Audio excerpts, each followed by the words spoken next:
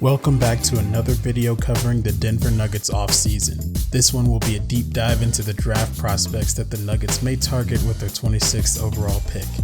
This will probably be a long one, so I will leave the timestamps for each section below.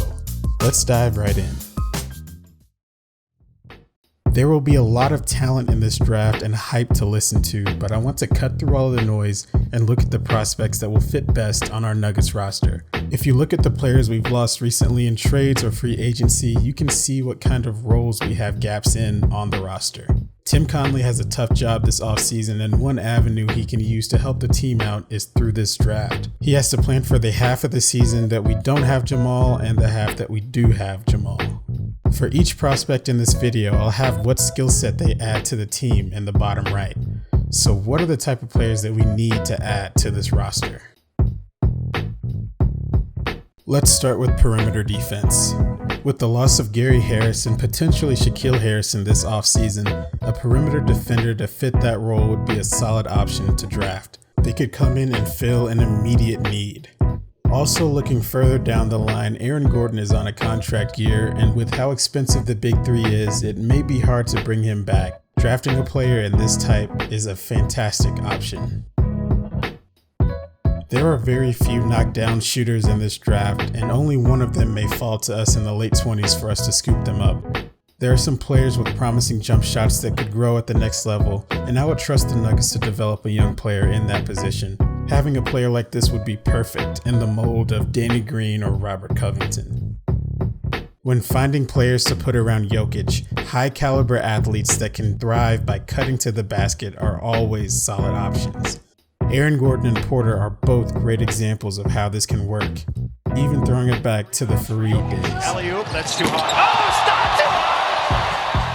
With the Jamal Murray injury and the lack of young guard prospects after the departure of RJ Hampton, who I love and miss so dearly, the Nuggets need someone besides Monte that can run the offense off the bench and create shots for others.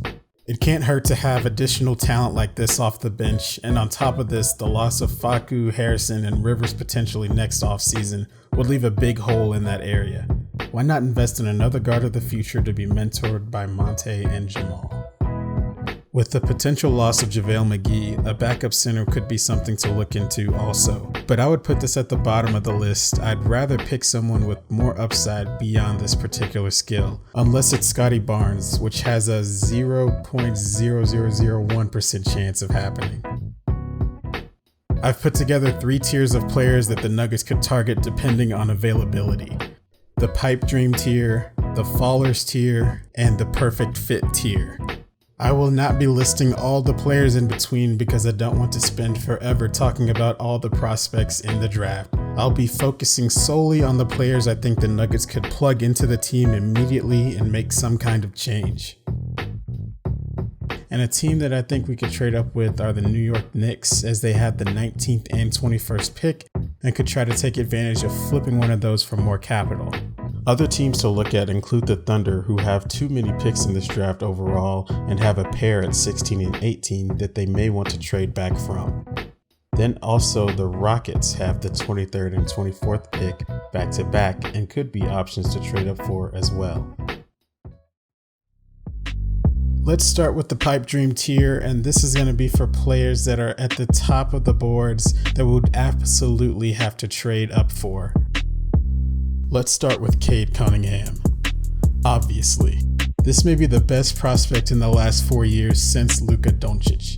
I'd be willing to part with MPJ and multiple firsts, even though this is a very impossible situation. I don't know what kind of drugs Tim would have to be on to make this trade, but it would be completely worth it. Next is Scottie Barnes. He is one of the most elite defensive prospects in this draft. He would definitely be an interesting fit on the roster. With his lack of outside shooting, he would be more of a defensive specialist in the rotation. He'd guard basically every position on the court. But his ceiling is limited by his shooting. If he just practiced 3-pointers for the rest of his career, he would be quite the floor raiser. But this team could always use another elite defender, especially when we don't know if Aaron Gordon will be back or not after next season. I know these options seem extremely unlikely, but that's exactly why it's called the pipe dream tier.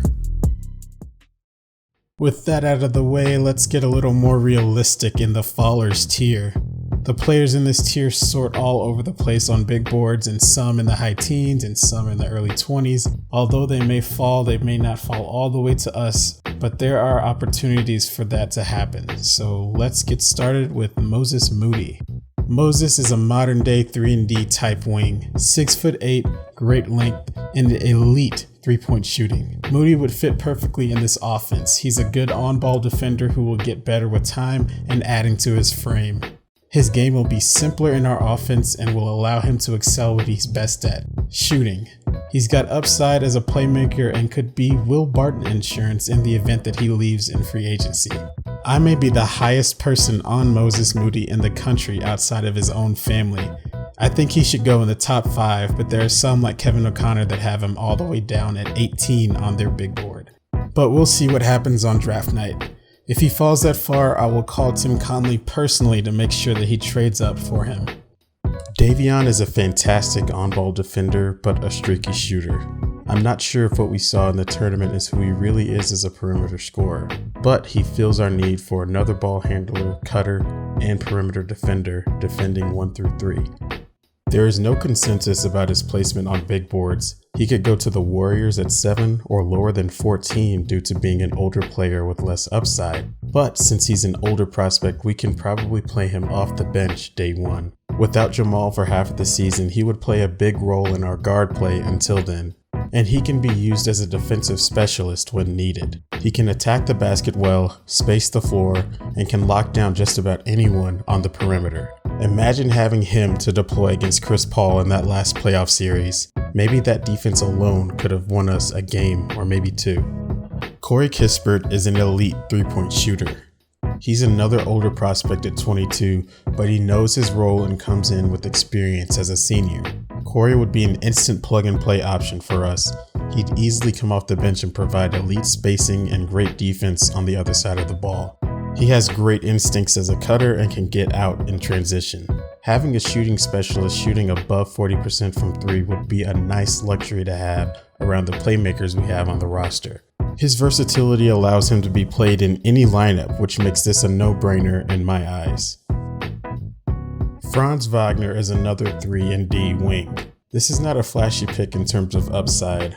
Franz is a big athletic wing who makes an impact on defense, consistently staying in front of his man and being a great help defender and weak side rim protector. He will be a solid 3-point shooter off the ball or in the corner ready to knock down those shots. He has to work on his consistency in that area. On top of this, Franz is not the best at creating his own shot, which is okay for our offense, but it's still a skill you'd like to see. I'd love to deploy him alongside Zeke and JaMychal Green as a modern day 3-and-D front court. Of course, the guards in that lineup would be important in creating good looks, but this is a fun fit on the team with his versatility.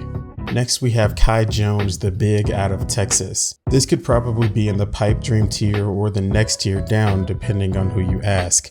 His overall potential on both ends of the court is very high, but his floor is what creates the risk here. What you have in Kai is a great rim runner and someone who can actually handle the ball like a guard at 7 feet tall. He's shown flashes of being able to shoot from range and being a perimeter defender. He can be molded into quite the weapon in the right situation. The front office has shown that they like to draft younger players, and if they see Kai as a long-term backup center, then I don't knock the thought of this one. Kai could be a modern day JaVale McGee. Remember the Point McGee memes?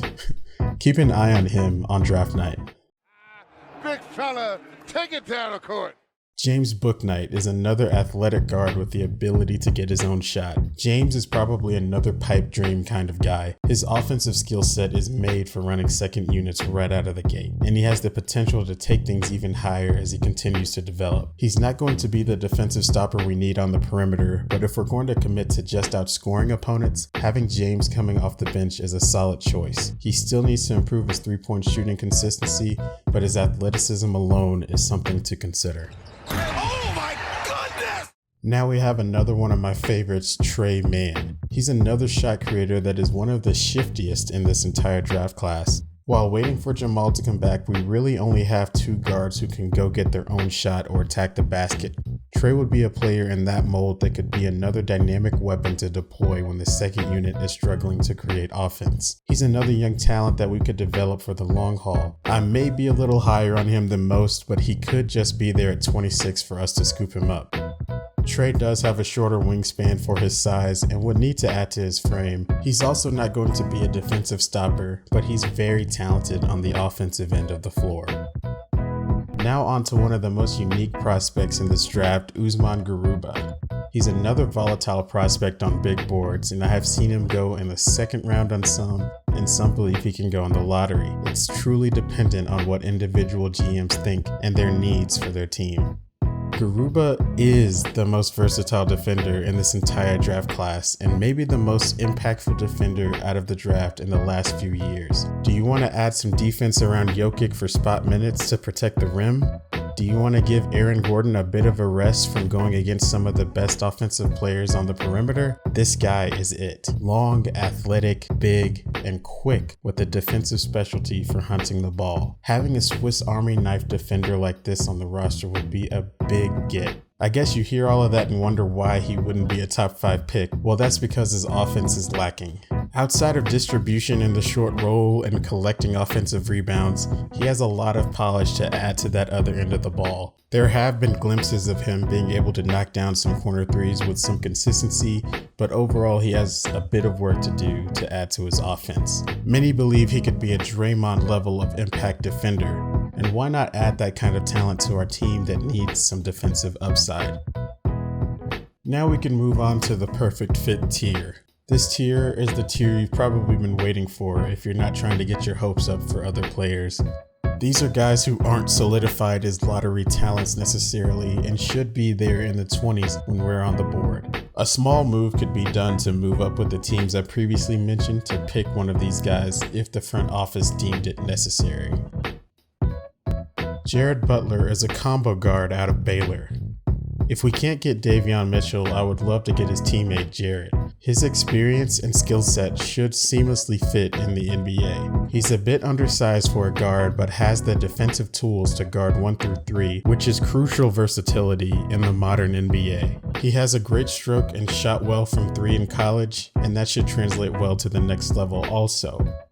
He can be another ball handler and creator for the offense. He has a decent offensive game that is a good starting point for what we need in a guard of the future. There are reports of medical concerns that I don't know the full extent of, so this may affect where he falls on draft night. Next we have Jaden Springer, the guard out of Tennessee. What you have in Jaden is an impactful on-ball defender and slasher to the rim. Not the best creator or shooter, but these are things he can develop in time. I think his role would be similar to what PJ does now, but with polish needed on his self-creation. He's fallen down draft boards over the last few months, but I'm high on what he could bring to the Nuggets. We have time to develop him and he could make an impact as a defender day one. He has a solid playmaking ability and is an extremely young talent, so he has plenty of time to grow in our system. I feel as though he could be similar to Gary Harris with time. Next we have Trey Murphy III, the wing out of Virginia, and I think that third stands for the threes he knocks down. This is who I would love the Nuggets to draft at 26, a 3-and-D prospect with great length at the forward spot. He's my favorite option for us, and he's very realistically going to fall to 26. I'm starting to notice that the secret may be out on him, so he might start flying up draft boards. Trey shot 47% on catch and shoot attempts. He knows his role and can space the floor for any lineup. I rate what he has in his game very highly for the modern NBA. When you look at the Bucks, Hawks, and Jazz of the world, they simply have shooters up and down the roster. This pick would be a shift in that direction for us. Trey needs to add to his frame to really defend fours, but I think he can hold his own on the perimeter, and that is very important for what we need on our roster. If we're not going to get Franz or Kispert, Trey should be considered as an equivalent in terms of his role on our team. He's also an older prospect and does not have the highest ceiling, but like I said, I love his spacing ability for us. Next we have Joshua Christopher, the combo guard out of Arizona State. Josh could be a diamond in the rough. He has all the tools, size, and length to be one of those guys that other teams see playing in the playoffs and are like, how did they get him? There's some fun upside, and I like the fit on the Nuggets.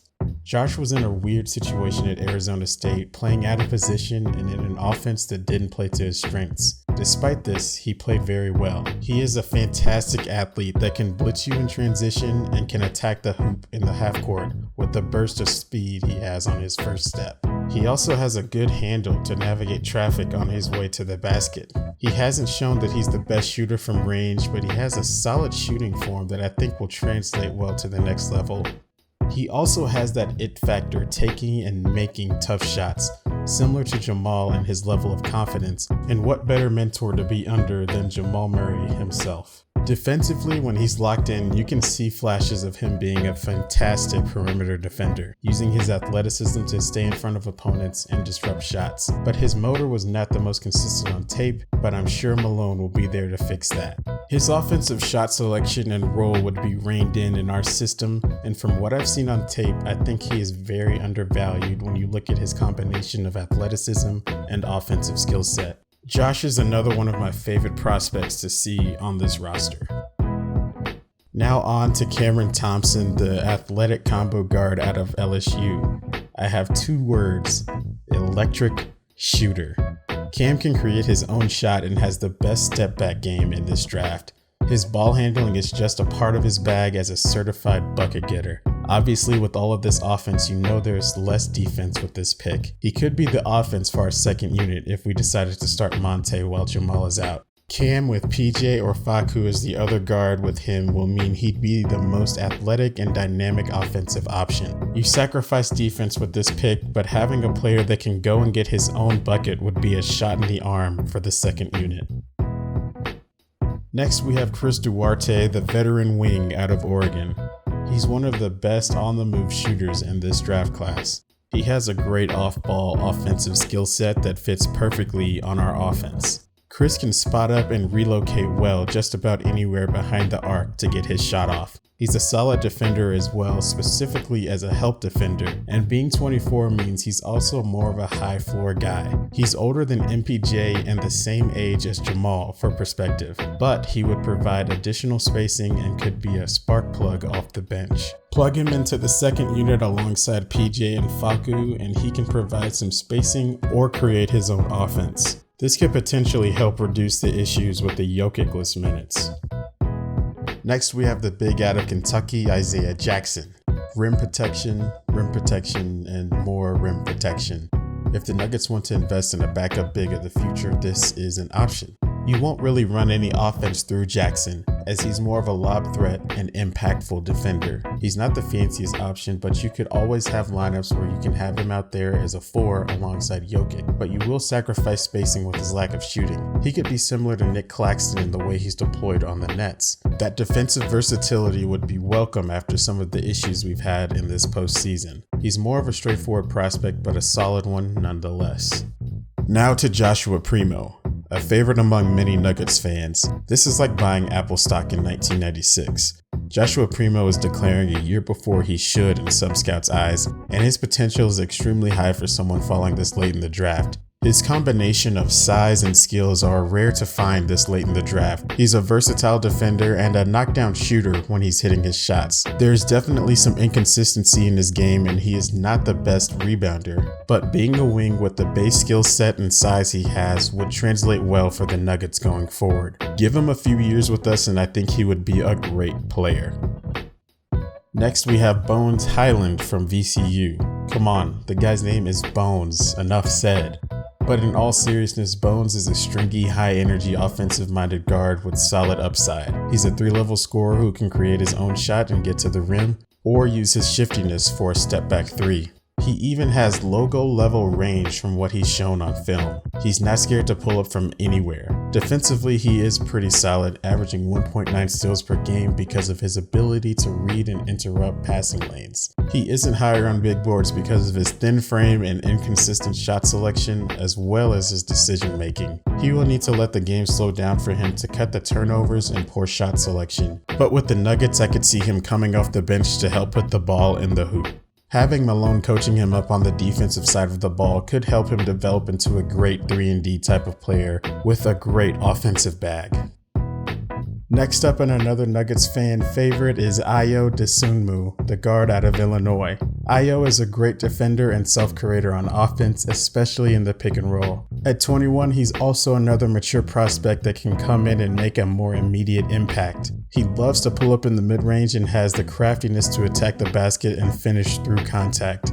He can navigate the pick and roll to always find the roll man, and even when he's hedged and hounded by the defense. He is a great on-ball defender, holding his own against 1-through-3s. He can navigate screens very well and stay attached to his man. He will need to improve his ball handling, as he will get the ball poked away with some regularity if defenders stay in front of him. His shooting consistency is something to work on as well. His 39% from 3 is somewhat deceiving with the low volume of attempts. He is definitely a fun prospect that has been scouted all over big boards, and I think his base skill set would warrant a late first round pick around where the Nuggets are. We will see where he ends up on draft night. Next up, we have the senior wing out of Alabama, Herbert Jones.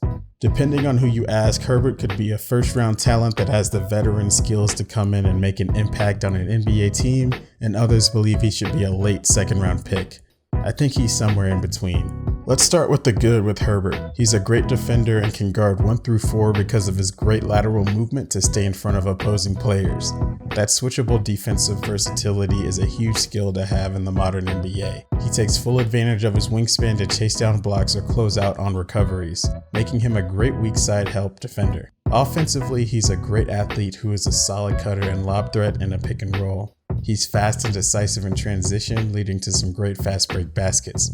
He's also a decent playmaker for his size, which is another layer to his game. The knocks people have on him are that he's 22 years old and a player with a more limited game because of his inconsistent shooting. He is not the best shooter, nor does he really have the ability to get his own shot consistently. He's also dominantly left-handed, making him go to his right just about shuts him down offensively. Overall, his offensive game can set him back, but on the Nuggets, he could be a great defensive option and has upside as a playmaker. And now we're on to the honorable mentions. These are players slated to go lower than our pick, but could still be interesting prospects if none of the ones previously mentioned fall to us.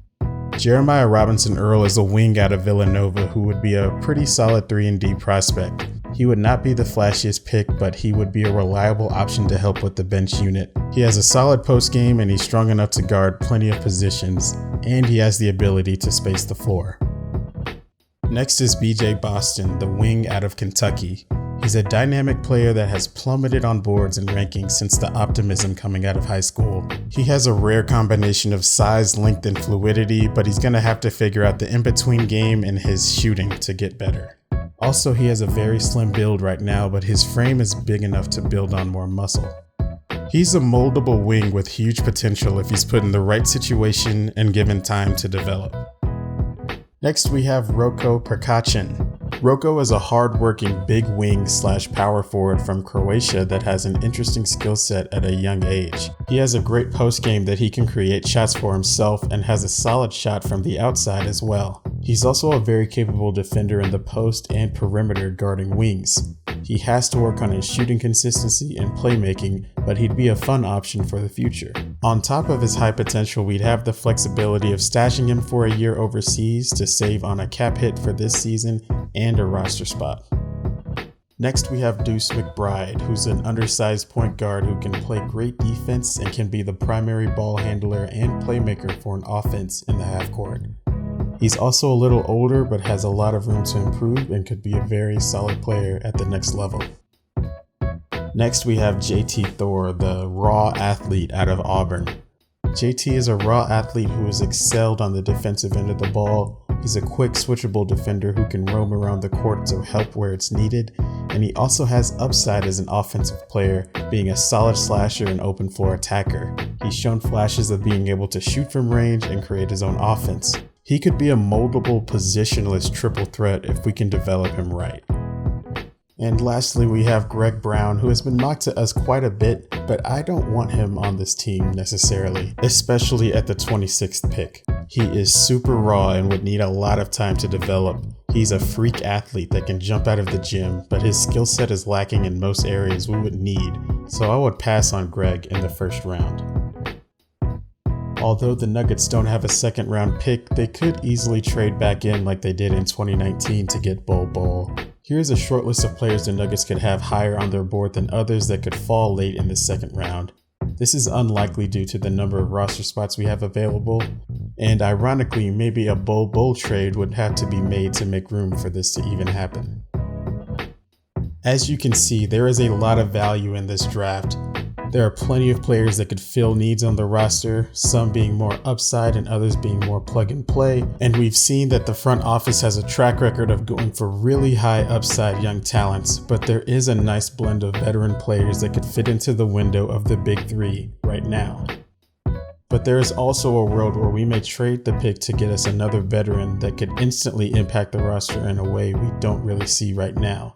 In the next video, I'll discuss some of those trade options as well as free agents the Nuggets could target when the free agency begins in a month or so. What are your thoughts on this big board? Are there any prospects I missed that you think could be a good fit? Am I too high on some guys or should I be lower on others? Let me know what you think in the comments below, and be sure to like and subscribe for more Nuggets content all off season, and I'll see you guys in the next one.